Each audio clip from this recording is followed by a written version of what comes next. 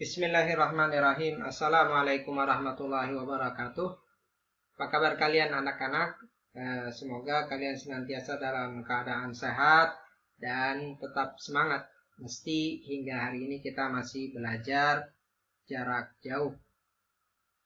Nah anak-anak, pada minggu yang lalu Ustadz memberikan kuis kepada kalian terkait materi kedua pada mata pelajaran Al-Quran Hadis tentang tafsir surah Quraisy.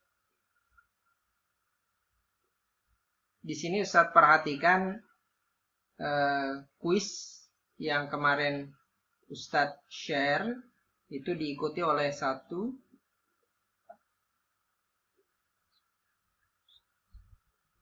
ada 12 siswa yang sudah mengerjakan dan ada kurang lebih 7 siswa yang belum mengerjakan. Untuk siswa yang sudah mengerjakan, Ustadz harap untuk yang belum mengerjakan, Ustadz harap kalian masih ada waktu untuk mengerjakan. Nah anak-anak, dari matriks berikut Ustadz perhatikan ada 3 yang berhasil menjawab 100% betul, dan ada 1 yang menjawab 80%, dan selebihnya ada 7 orang yang menjawab 60% benar dan 1 orang menjawab 40% benar. Nah, dari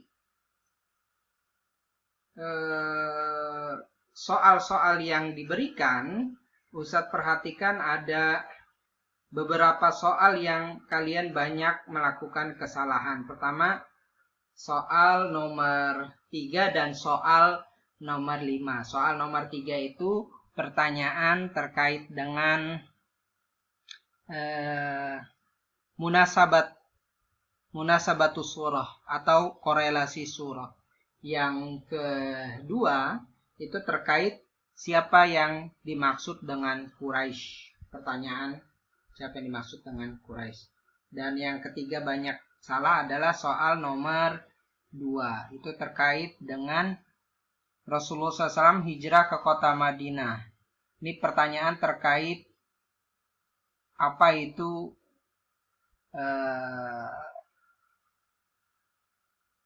termasuk di antara surah Quraisy. Apa sebutan untuk surat yang surah atau ayat di dalam Al-Qur'an yang turun setelah hijrah. Nah, anak-anak, kita akan kembali. Ustadz akan mencoba, karena kuis ini masih berlangsung, Ustadz tidak akan langsung masuk ke menyelesaikan kuis ini, tapi Ustadz akan kembali ke materi. Nah, anak-anak, materi kita adalah terkait dengan tafsir surah Quraisy. Seperti biasa, Ustadz mengawali dengan tilawah,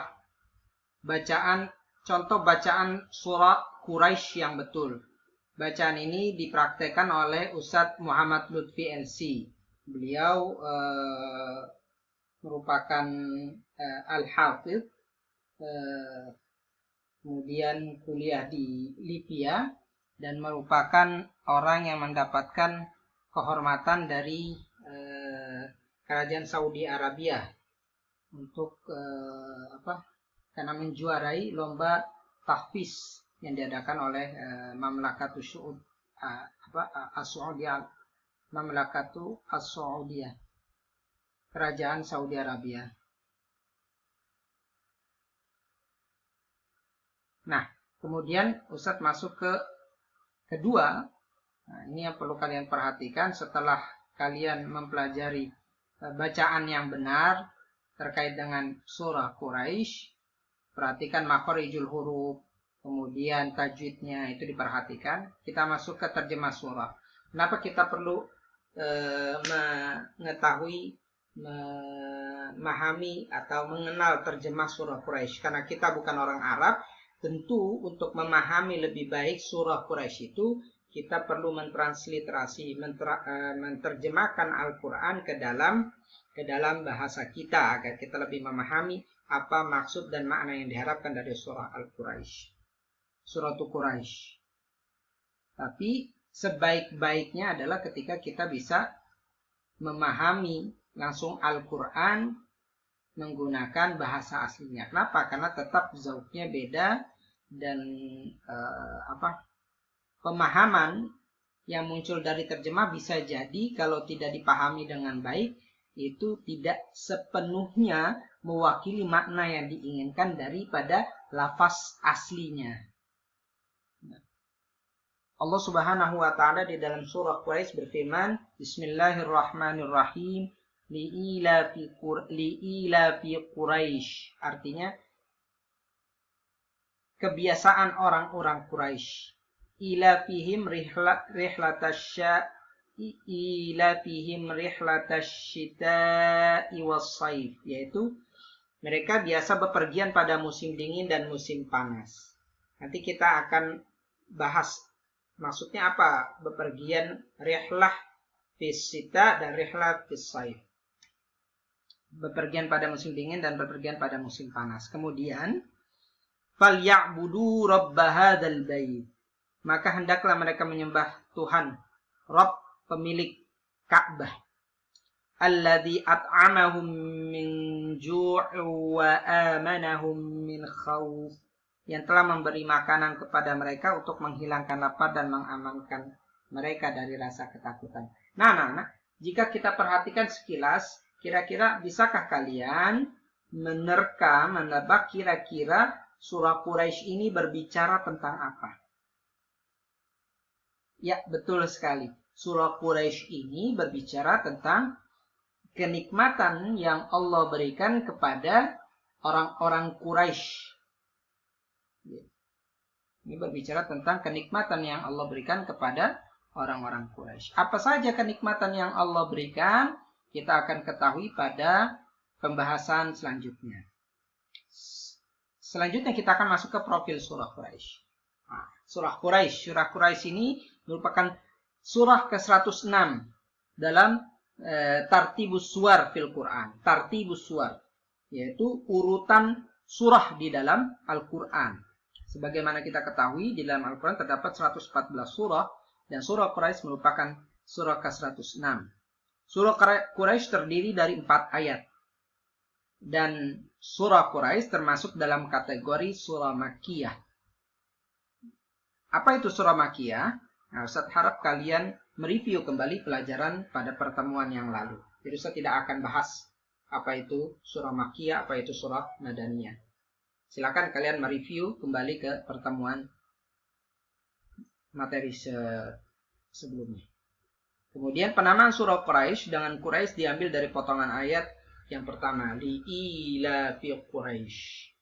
Nah, apa yang dimaksud dengan Quraisy nanti kita akan ketahui pada bahasan selanjutnya. Kemudian di dalam kajian tafsir anak-anak, ulama tafsir meyakini bahwa setiap ayat, setiap surah di dalam Al-Quran itu masing-masing memiliki keterkaitan.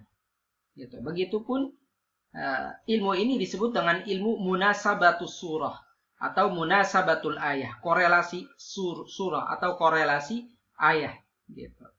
Nah, Profesor Dr. Wahbah Az-Zuhaili di dalam tafsir Al-Munir menyebutkan bahwa ada hubungan yang erat antara surah Quraisy dengan surah sebelumnya, yaitu surah Al-Fil. Siapa yang bisa menyebutkan atau siapa yang bisa membacakan surah Al-Fil? Saya yakin kalian semua sudah menghafal surah Al-Fil. Nah, Profesor Dr. Wahbah Az-Zuhaili meyakini bahwa keduanya memiliki hubungan. Hubungan tersebut digambarkan dalam 2 poin. Yang pertama adalah kedua surah tersebut, yaitu surah Quraisy dan surah Al-Fil, sama-sama menyebutkan nikmat Allah Subhanahu wa taala yang dilimpahkan kepada penduduk Mekkah. Penduduk Mekkah, khususnya suku Quraisy. Bani Quraisy, anak keturunan Quraisy. Surah Al-Fil menceritakan usaha Raja Abraha yang ingin menghancurkan Ka'bah. Sedangkan surah Quraisy menceritakan pemberian kenikmatan lain di bidang sosial ekonomi. Kalau tadi di bidang politik, surah Al-Fil bicara tentang perlindungan Allah Subhanahu wa taala kepada suku Quraisy dari usaha kolonialisasi, usaha penjajahan. Di surah Al-Quraisy Allah menceritakan bagaimana Allah memberikan kenikmatan dari segi ekonomi kepada Bani Quraisy. Yang mana Allah Subhanahu wa taala memberikan di antara mereka rasa persaudaraan dan persatuan. Gitu. Kenapa kemudian Allah curah limpahkan kepada mereka begitu banyak kenikmatan? Kenapa Allah curah limpahkan kepada suku Quraisy kenikmatan di bidang politik dan kenikmatan di bidang sosial ekonomi? Di antaranya adalah karena suku Quraisy itu memiliki rasa persaudaraan dan persatuan. Jadi suku Quraisy itu memiliki ikatan persaudaraan yang kuat sesama mereka. Dan kedua, dan karena persatuan dan persaudaraan mereka itu, kemudian mereka dimuliakan. Mereka dimuliakan oleh Allah Subhanahu wa taala dengan apa? Dijaga keamanannya dan eksistensinya. Dan diberikan kenikmatan kekayaan dengan apa? Dengan mengendalikan roda perekonomian di lingkungan Hijaz. Hijaz itu merupakan wilayah yang mencakup beberapa negara kalau saat ini. Termasuk di antara Saudi, Suria, Irak, Iran itu adalah bagian daripada Irak, Iran termasuk lah ya. Suria itu bagian daripada wilayah Hijaz. Dan itu dikuasai oleh suku Bani Quraisy. Itu merupakan berkah kenikmatan yang Allah berikan kepada mereka karena sebab apa? Sebab persaudaraan dan persatuan di antara mereka. Kemudian yang kedua adalah surah Quraisy memiliki hubungan yang kuat dengan surah Al-Fil karena penggunaan jar majrur pada ayat pertama surah Quraisy dengan ayat terakhir surah Al-Fil li ilafi Quraisy. Sehingga dapat dimaknai begini. Karena rasa persaudaraan dan persatuan orang-orang Quraisy, maka Allah membinasakan Abraha dan pasukannya. Sehingga orang-orang Quraisy tetap eksis, tetap ada, tidak mustah dan tidak hancur dijajah oleh Abraha. Oleh karena itu di mushaf Ubay, jadi dulu tuh ada banyak mushaf, kalau sekarang hanya ada satu mushaf, tapi dulu di mushaf Ubay, ini merujuk kepada Ubay bin Ka'ab. Kedua surah ini yaitu surah Quraisy dan surah Al-Fil ditulis menjadi satu. Saking dekat dan eratnya hubungan kedua surah tersebut. Jadi tidak dijeda dengan bismillah.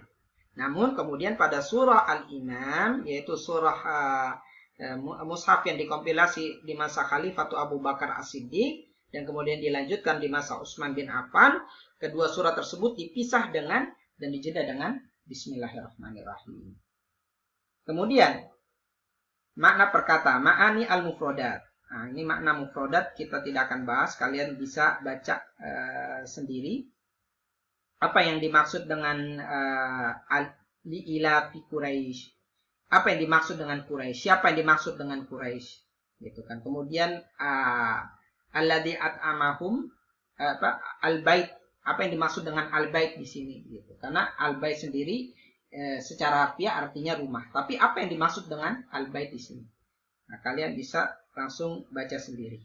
Nah, kemudian apa hikmah dan pelajaran? Ustaz langsung mau masuk ke dalam hikmah dan pelajaran. Menurut kalian apa hikmah yang bisa kalian peroleh dari firman Allah Subhanahu wa taala di dalam surah Al-Quraisy? Nah, Ustaz tidak ingin membatasi diri kalian. Ustaz ingin kalian mencoba membaca kembali, mengkaji tidak hanya dari satu referensi, tapi membaca juga dari referensi-referensi yang lain. Dan coba kalian ceritakan di dalam kolom komentar terkait menurut kalian apa sih hikmah dan pelajaran yang kalian dapat dari turunnya surah Quraisy. Nah anak-anak, ini sedikit ulasan dari Ustadz terkait dengan tafsir surah Quraisy. Kita akan lanjutkan pada pertemuan yang akan datang. Billahi taufiq wal hidayah. Wassalamualaikum warahmatullahi wabarakatuh.